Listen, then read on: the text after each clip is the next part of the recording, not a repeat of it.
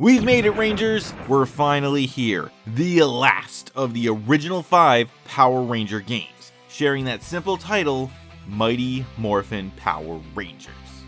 Now, I don't know if you noticed all my subtle little references to this one in the other reviews, but if it didn't come across clear enough, let me spell it out for you. Power Rangers on Sega CD is not a good game. And realistically, even that's kind of an understatement, as Power Rangers on Sega CD sets the bar to an all-new low for the franchise. Which is really saying something considering the Game Boy game and Genesis game exists. Yeah, try not to trip. Hey Ranger fans, it's Spammer D, and well, let's finish this.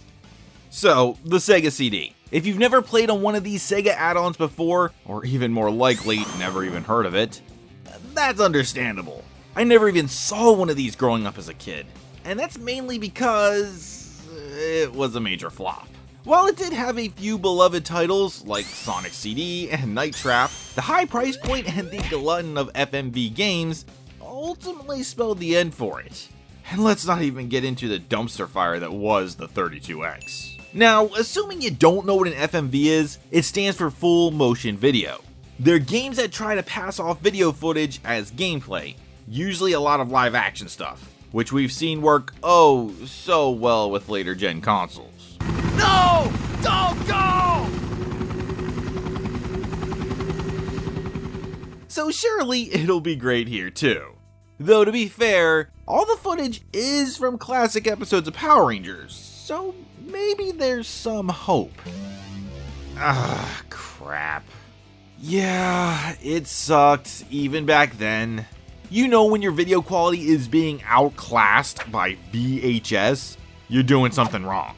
And clearly, if your eyes are working properly, you can see just how bad it is for yourself. And yeah, sorry, the entire game looks like this.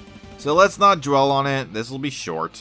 Though, let's be reasonable, this was pretty new technology for the time. Games on CDs! That was crazy, like robots or giant floating heads in tubes.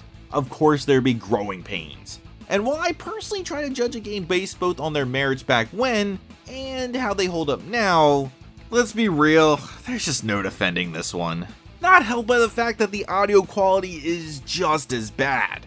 I mean, we are talking early 2000s YouTube levels of noise behind this footage. Maybe we could just pass this off as Power Rangers ASMR. Megazords? This is just too weird for me.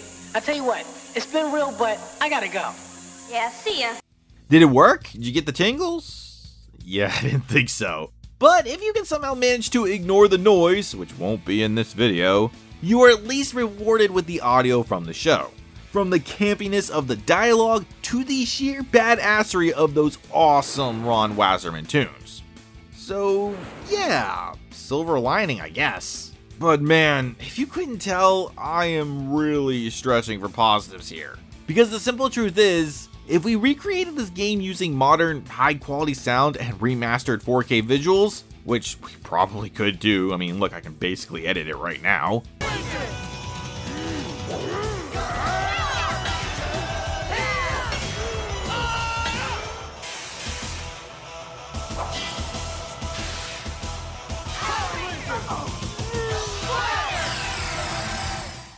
It'd still suck, because the gameplay, and I'm really stretching here just calling it that, manages to find that sweet spot between boring and frustrating. The entire game is quite literally just one giant QuickTime event. Think games like Resident Evil 4 or the God of War series, where just like in those wildly successful games, you have to constantly divert your eyes from the action just so you can hit a command button that has been plastered over top of everything. But unlike in those games where it just lasts a few seconds and is only a minor gimmicky addition to the game, in Power Rangers, it is the game.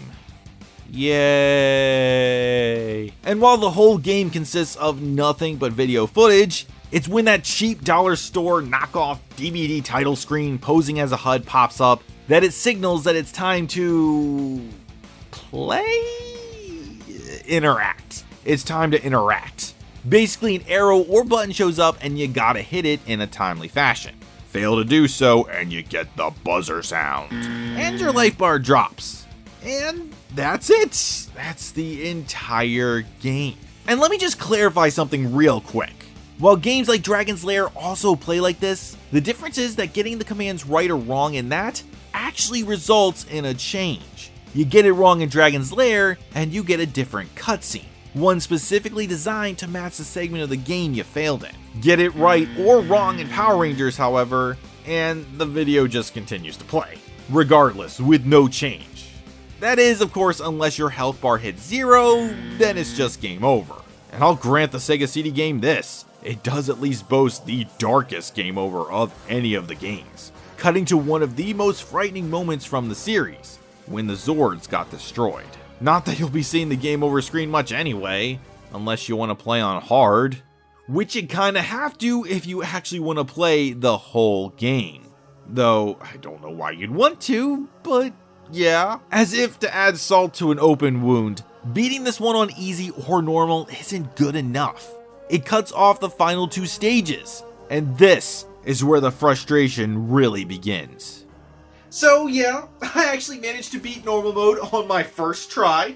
No deaths, no problems. I couldn't even get past the first stage on hard.